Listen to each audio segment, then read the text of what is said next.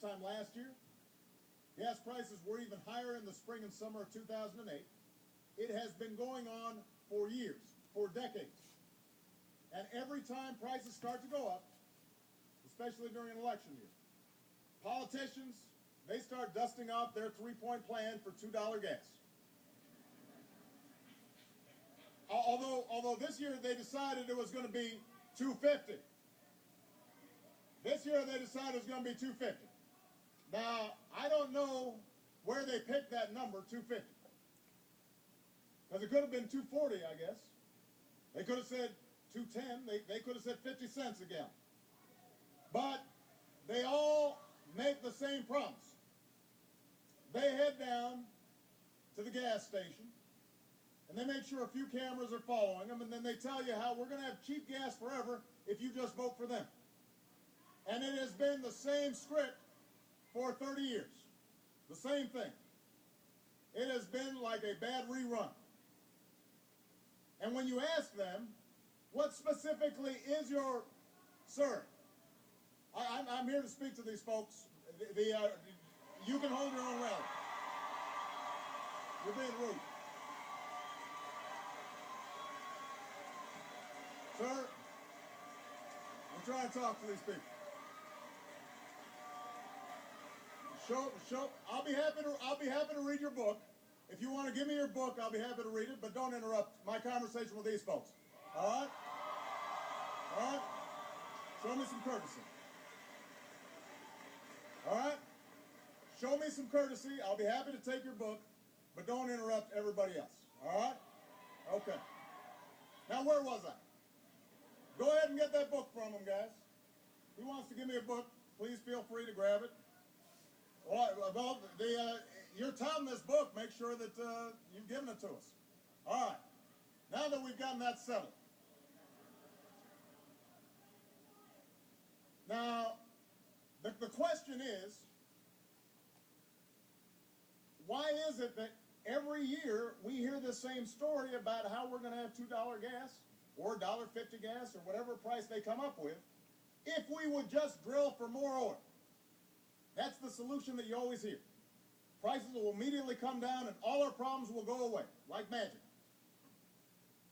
There are two problems with that.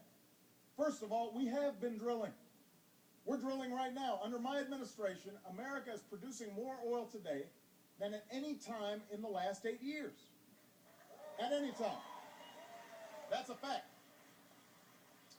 Over the last 3 years, we've opened millions of acres of land in 23 different states for oil and gas exploration. That's a fact. Offshore, I've directed my administration to open up more than 75% of potential oil resources. We've quadrupled the number of operating oil rigs to a record high. I just visited New Mexico. Their big problem is they don't have enough truck drivers to transport all the oil that they are producing. We've added enough oil and gas pipeline to circle the entire earth and then some. I just visited one of those new pipelines in Oklahoma, and today I directed my administration to make sure that we cut the red tape in terms of reducing some of these bottlenecks. So the problem is not that we're not drilling or that we're not producing more oil. We are producing more oil than any time in the last 8 years. That's not the problem. There are probably a few spots where we're not drilling, it's true. You know, I'm not drilling in the South Lawn. We're not drilling next to the Washington Monument. We're not drilling in Ohio Stadium. So there are some spots out there that we are not drilling. But we're doing so in a way that protects the health and safety of the American people and protects America's incredible bounty that God gave us, our resources. So that's point number one. But the second issue, which, because we got a lot of young people, you guys understand, is that a strategy that relies only on drilling defies the fact that America uses 20% of the world's oil, but we only have 2% of the world's known oil reserves. So we use 20%, we have 2%. Who's a math major here? All right. If I'm not mistaken, that leaves us about 18% short. We can't simply drill our way out of the problem, even if we drilled every square inch of this country right now. We're going to be relying on other countries for oil. Does anybody here think that's a good strategy? Of course it isn't. We shouldn't have to pay more at the pump every time there's instability in the Middle East, which is the main reason gas prices are going up right now.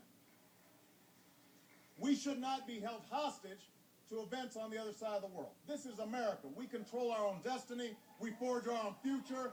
And I will not accept an energy strategy that traps us in the past.